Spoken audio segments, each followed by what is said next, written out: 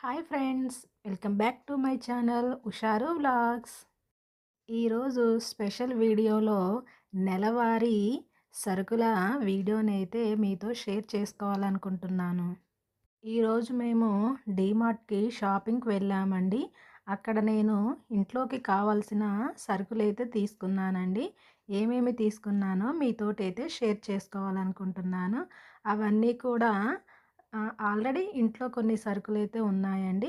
అవి కాక ఇంకొన్ని లేకపోతే అవి కూడా తీసుకున్నానండి. ఆ వీడియోని మీతోటి షేర్ చేసుకోవాలని అనుకుంటున్నాను. అన్నింటిని కూడా ఒక చోట వేసేసి అన్నీ అంటే మనం ఇంటికి తెచ్చుకున్న తర్వాత ఒకసారి క్రాస్ చెక్ చేసుకుంటాం కదండీ! అన్నీ కరెక్ట్‌గా వచ్చాయా లేదా అనేసి. అలానే నేను చెక్ చేసుకుందాం అనేసి ఈ వీడియోనైతే స్టార్ట్ చేశా అండి. ఇదండి డీమార్ట్‌కెళ్ళిన వీడియో. మాకు 4,500 అయితే అయ్యాయండి. అసలన్నీ ఆల్రెడీ ఇంట్లో కొన్ని సరుకులున్నాయండి. అసలు ఇంకేమేమి లేవా అనేసి చూసేసుకున్నాను. అన్నీ కూడా ఉన్నాయా లేదా అనేసి చూస్తున్నాను. పిల్లలకని ఒక 3 నోట్‌బుక్స్ అయితే తీసుకున్నామండి. అవైతే ఒకసారి మార్కింగ్ చేసుకున్నాను. పక్కన పెట్టేశాను. తర్వాత ఇవి జగేరి బైట్స్ అండి. చాలా బాగున్నాయి. ఇంతకుముందు కూడా నేను ఒకసారి తీసుకున్నాను. షుగర్ కన్నా కూడా బెల్లం వాడడం మంచిదంటారు కదా! టీలోకైతే ఇవి చాలా బాగా అయితే ఉన్నాయండి. ఒక్కొక్కళ్ళకి ఒక్క బైటేసుకున్నా కూడా సరిపోతుంది. అలాగే డేట్స్ అండి. ఇవి కూడా ఆల్రెడీ ఇంతకుముందు తీసుకొని చెక్ చేశాము. టేస్ట్ ఎలా ఉన్నాయనేసి. బాగున్నాయనేసి మేము 2 అయితే తీసుకున్నాము. అలాగే మనం ఇల్లు క్లీనింగ్ కోసం అని ఒక సర్ఫ్ ప్యాకెట్ అయితే తీసుకున్నానండి. తర్వాత కందిపప్పు అండి అరకిలో. అది కూడా ఎక్కడ ఉందో చెక్ చేసేసుకొని దాన్ని కూడా టిక్ కొట్టేసానండి. ఆ తర్వాత ఆయిల్ ప్యాకెట్స్ అండి 2 అయితే తీసుకున్నాను. వాటిని కూడా ఇలా టిక్ కొట్టేశాను. తర్వాత ఇంకా నెక్స్ట్ లైన్‌లో ఏముందా అనేసి అయితే చూస్తున్నాను. చింతపండు తీసుకున్నా అండి. నేను ఊర్లో తీసుకుంటాను ఎప్పుడైనా కూడా. ప్రస్తుతానికి లేదనేసి ఒక అరకిలో అయితే తీసేసుకున్నాను. దానిని కూడా టిక్ పెట్టేశాను.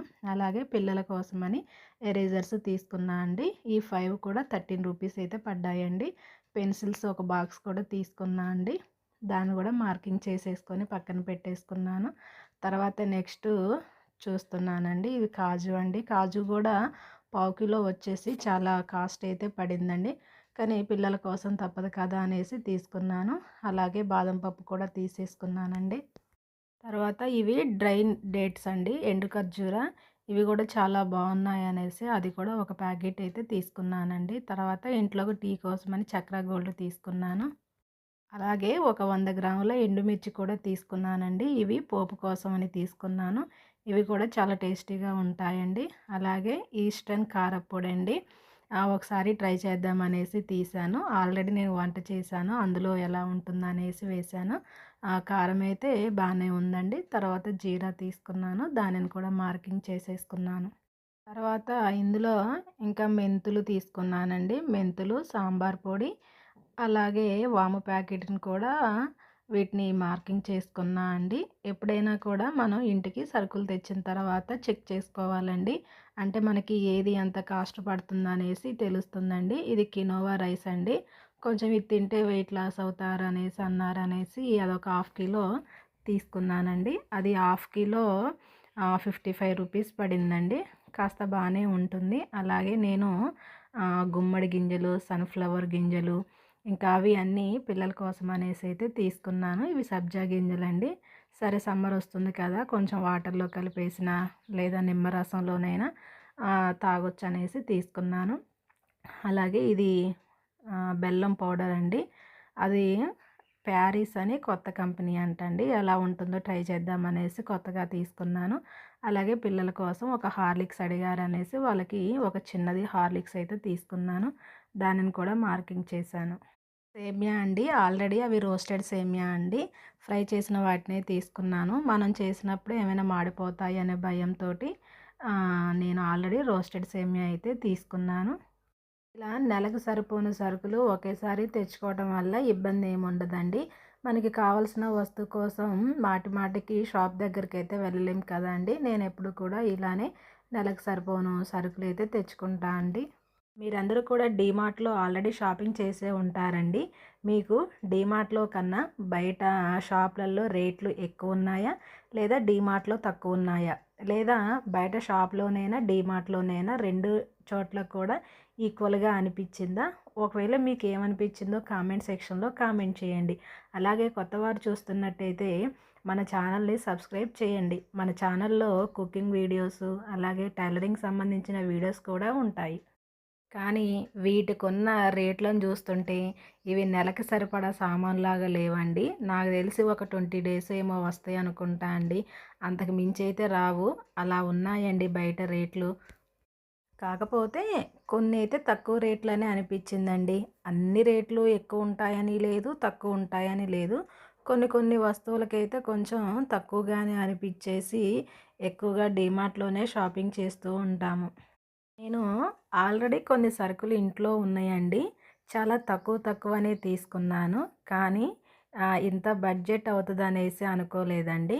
ఇవి 2 ప్లేట్స్ అండి. 59 రూపీస్ ఉంది ఒక్కొక్కటి. పిల్లలు ఎప్పటినుంచో అడుగుతున్నారనేసి నేను ఒక 2 అయితే తీసుకున్నానండి. ఏం లేదండి, చిన్న పిల్లలు కదా! వాళ్ళు పగలగొడతారేమో అనేసి నేను ఎక్కువగా తీసుకోలేదు. కానీ వాళ్ళ కోసం అనేసి ఒక 2 అయితే తీసుకున్నాను. ఇక లిస్ట్ మొత్తం కూడా చూడడం అయిపోయిందండి. ఇక నేను ఆల్రెడీ కొన్ని సరుకులు ఇంట్లో ఉన్నాయి అన్నాను కదండీ! ఇవే అండి ఆ సరుకులు. అవేంటో ఇప్పుడు చూపిస్తాను.